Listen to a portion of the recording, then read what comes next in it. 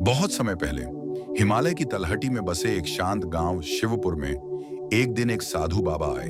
बाबा का चेहरा तेजस्वी था, शब्द मधुर थे। वे कहते, सच्चा इंसान वही है जो सेवा करता है। त्याग ही मोक्ष का मार्ग है। लोभ और मोह सबसे बड़े शत्रु हैं। गांव वाले मंत्रमुग्ध हो गए। हर रोज बाबा का प्रवचन सुनने भीड़ जुटने लगी। बाबा ने गांव में रहना शुरू कर दिया। गांव वालों ने उन्हें दूध, फल और पैसे तक दान में देने शुरू कर दिए। कुछ ही दिनों में बाबा गांव का सबसे सम्मानित व्यक्ति बन गए। लेकिन गांव के बाहर जंगल की तरफ एक पुरानी झोपड़ी में धनिया चाचा रहते थे। धनिया चाचा सीधा साधा मेहनती लकड़हारा था। वो कभी बाबा के प्रवचन सुनने नहीं आता था। गांव वाले उसका मजाक उड़ाते, कहते, धनिया चाचा आप बड़े बुद्धू हो, मोक्ष तो बाबा के पास है। धनिया चाचा बस मुस्कुरा देता और अपने काम में लग जाता। एक रात की बात है, गांव के सबसे पुराने मंदिर से, जहां भगवान शिव की सोने की मूर्ति थी, चोरी हो गई। सुबह मंदिर के पुजारी ने हाहाकार मचा दिया।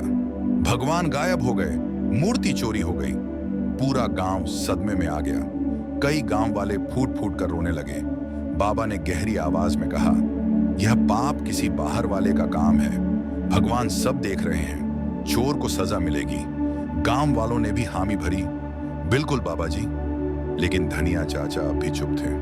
उसकी आंखों में एक अलग सी चमक थी। कुछ जानता था, लेकिन चुप था। 3 दिन बीते, फिर अचानक एक दिन धनिया चाचा ने घोषणा की, आज रात मंदिर के पास पीपल के पेड़ के नीचे सब इकट्ठा हो जाएं। सच्चाई वहीं सामने आएगी। गांव में सनसनी फैल गई।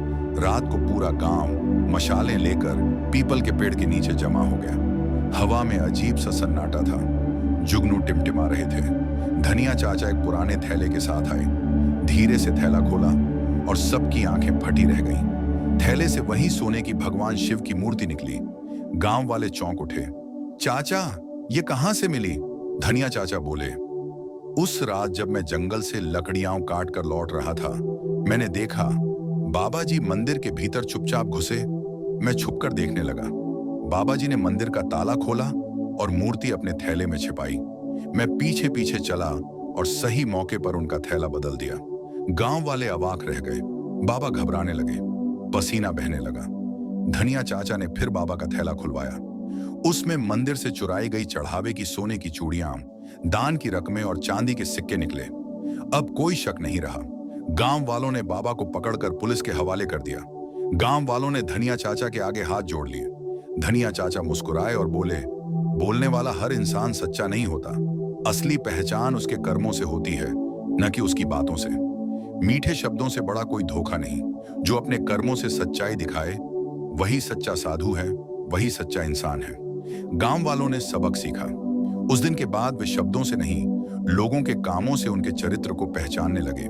सीख, कर्मों की आवाज शब्दों से ऊंची होती है। सिर्फ बातें करना आसान है, पर सच्चाई कर्मों से साबित होती है। अंधविश्वास से बचो। चाहे कोई कितना भी बड़ा या प्रभावशाली दिखे, हर बात पर आंख मूंद कर विश्वास मत करो। परखने की आदत डालो। किसी की असलियत जानने के लिए उनके कार्यों को देखो, ना कि उनके मीठे शब्दों को सुनकर बहक जाओ। सच्चाई देर से सही, पर सामने आ ही जाती है। झूठ चाहे कितना भी मजबूत क्यों ना हो, सच्चाई के सामने टिक नहीं सकता।